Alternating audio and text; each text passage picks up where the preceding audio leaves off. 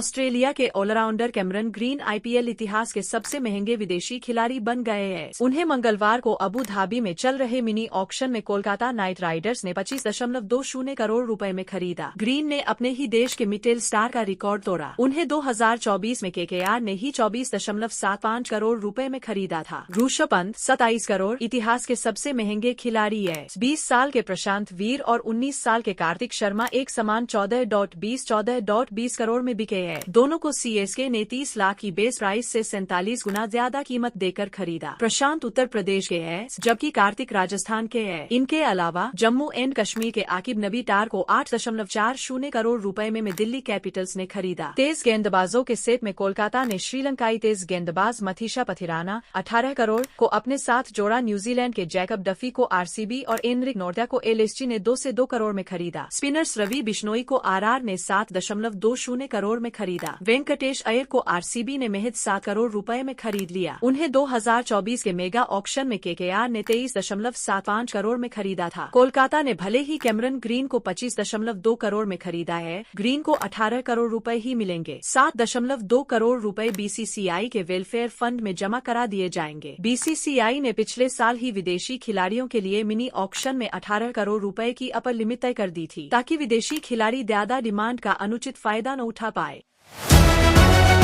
मथुरा में यमुना एक्सप्रेसवे पर कोहरे के चलते 8 बसें और 3 कारें भिड़ गईं। टक्कर होते ही गाड़ियों में आग लग गई। भाजपा नेता समेत 13 लोगों की जलकर मौत हो गई। 70 लोग घायल हैं। मरने वालों का आंकड़ा और भी बढ़ सकता है क्योंकि बसों में कटे हुए अंग मिले हैं। पुलिस ने इन्हें 17 पॉलीथीन बैग में भरकर ले गई है। अब डीएनए टेस्ट से इनकी पहचान की जाएगी। हादसा थाना बलदेव क्षेत्र में माइलस्टोन 127 पर हुआ। पुलिस, फायर ब्रिगेड और एसडीआरएफ के 50 जवानों और 9 थानों की पुलिस ने 6 घंटे में रेस्क्यू ऑपरेशन पूरा किया। हादसे के चलते एक्सप्रेसवे पर 3 किलोमीटर लंबा जाम लग गया था। हादसे की मजिस्ट्रेट जांच के आदेश दे दिए गए हैं। एडीएम प्रशासन अमरीश जांच का नेतृत्व करेंगे। मजिस्ट्रेट जांच में 2 सदस्यों को जोड़ा गया है। टक्कर के बाद राहगीर ने पुलिस को फोन कर सूचना दी। पुलिस के पहुंचने से पहले आसपास के लोग मौके पर पहुंच गए। प्रत्यक्षदर्शी भगवान दास ने बताया कि टक्कर के बाद ऐसा लगा जैसे बम फटा हो। लोग बसों के शीशे तोड़कर बाहर कूद रहे थे। थोड़ी देर में बसें जलकर राख हो गयीं। हमने बस से 8 से 9 लाशें निकाली। आरोप है कि रेस्क्यू करीब 1 घंटे बाद शुरू हुआ। घायलों को 11 एम्बुलेंस से मथुरा जिला अस्पताल और वृंदावन संयुक्त जिला अस्पताल भेजा गया। गंभीर घायलों को आगरा मेडिकल कॉलेज रेफर कर दिया गया। बसों से पुलिस ने खरोच कर शवों को उठाया। वहीं सीएम योगी ने मृतकों के परिजनों के लिए 2 से 2 लाख रुपए के मुआवजे का ऐलान किया। हादसे की जाँच के लिए 4 सदस्यीय टीम का गठन किया गया है। 48 घंटे के अंदर टीम रिपोर्ट प्रशासन को सौंपेगी।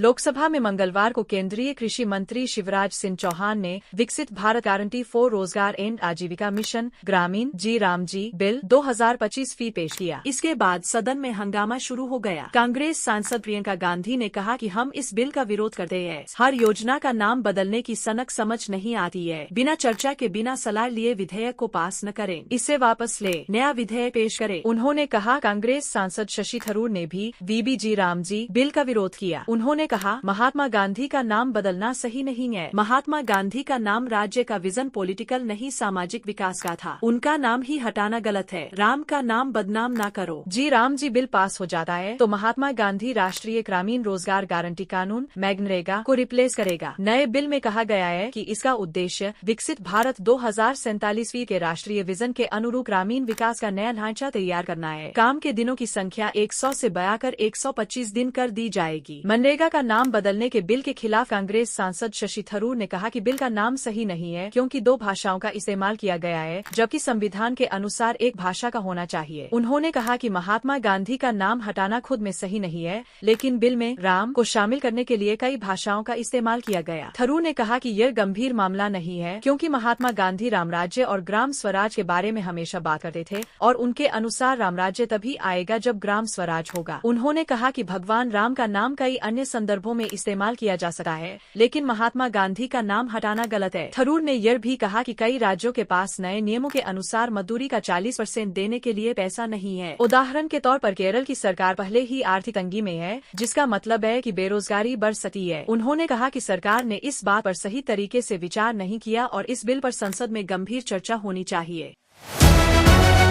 राम मंदिर आंदोलन के संत और पूर्व सांसद डॉ. रामविलास दास वेदांती को मंगलवार शाम अयोध्या में जल समाधि दी गई। उनके पार्थिव शरीर को 25 से 25 किलो बालू से भरी 4 बोरियों से बांधा गया। फिर सरयू की बीच धारा में शरीर को प्रवाहित कर दिया गया। दोपहर 2:20 बजे उनकी अंतिम यात्रा निकली गई, जो हनुमानगढ़ी और राम मंदिर होते हुए सरयू घाट पहुंची। वहां डॉ. रामविलास वेदांती के पार्थिव शरीर को स्नान कराया गया। इससे पहले अंतिम दर्शन के लिए हिंदू धाम में पार्थिव देह को रखा गया। सीएम योगी, मंत्री सूर्य प्रताप शाही और भाजपा नेता बृजभूषण सिंह समेत कई लोगों ने डॉ. वेदांती को उनके आश्रम जाकर श्रद्धांजलि दी। इसके अलावा उनके अंतिम दर्शन करने देशभर से भी संत अयोध्या पहुंचे। 67 साल के डॉ. वेदांती का सोमवार को मध्य प्रदेश के रीवा में दोपहर 12:20 बजे निधन हो गया था। उनका पार्थिव शरीर रात करीब 11:30 बजे अयोध्या पहुंचा। डॉ. वेदांती की रीवा में रामकथा चल रही थी। इसी दौरान उनकी तबीयत बिगड़ गई। उन्हें एयरलिफ्ट कर भोपाल एम्स ले जाने की तैयारी थी। एयर एम्बुलेंस पहुंच भी गई थी, लेकिन कोहरे की वजह से लैंड नहीं कर सकी। डॉ. वेदांती का जन्म रीवा के गुजवा गांव में 7 अक्टूबर 1958 को हुआ था। जब वे 12 साल के थे तभी अयोध्या आ गए थे। उनका पूरा जीवन यही बीता। यूपी के प्रतापगढ़ और जौनपुर की मछलीशहर सीट से वे 2 बार भाजपा के सांसद रहे।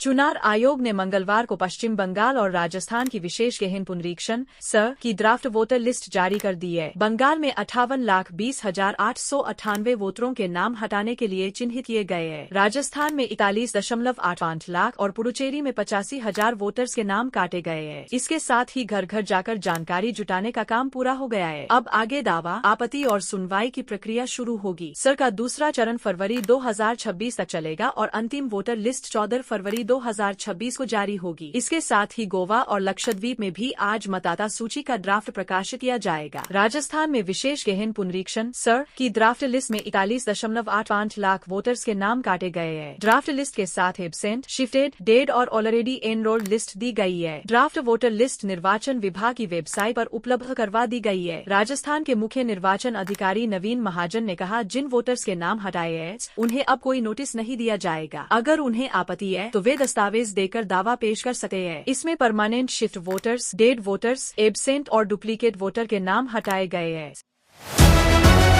मेक्सिको में मंगलवार को इमरजेंसी लैंडिंग के दौरान एक प्राइवेट जेट दुर्घटनाग्रस्त हो गया। इस हादसे में 7 लोगों की मौत हो गई और 3 लापता। हादसे का शिकार हुआ प्राइवेट प्लेन सोमवार को अकापुल्को से तोलुका एयरपोर्ट जा रहा था। इसी दौरान प्लेन में तकनीकी खराबी आ गई और इमरजेंसी लैंडिंग के दौरान सैन मातेओ एटेंको इलाके में एक फैक्ट्री से टकरा गया। विमान ने एक फुटबॉल ग्राउंड पर लैंडिंग की कोशिश की, लेकिन पास की एक फैक्ट्री की मेटल छत से टकरा गया, जिससे आग लग गई। आग बुझाने के लिए इलाके के करीब 130 लोगों को सुरक्षित स्थानों पर पहुंचाया गया। शुरुआती रिपोर्ट्स में इंजन में खराबी होने की बात कही जा रही है। अधिकारियों ने बताया कि प्लेन में 8 पैसेंजर्स और 2 क्रू मेंबर सवार थे। अब तक 7 लोगों के शव बरामद किए जा चुके हैं। अन्य 3 की तलाश जारी है। मेक्सिको के civil protection coordinator Adrian Hernandez ने दुर्घटना के बारे में जानकारी दी। हादसा मेक्सिको सिटी से लगभग 50 किलोमीटर पश्चिम में स्थित सैन माटेओ एटेंको में हुआ, जो एक इंडस्ट्रियल एरिया है। विमान ने मेक्सिको के प्रशांत तट पर स्थित अकापुल्को से उड़ान भरी थी।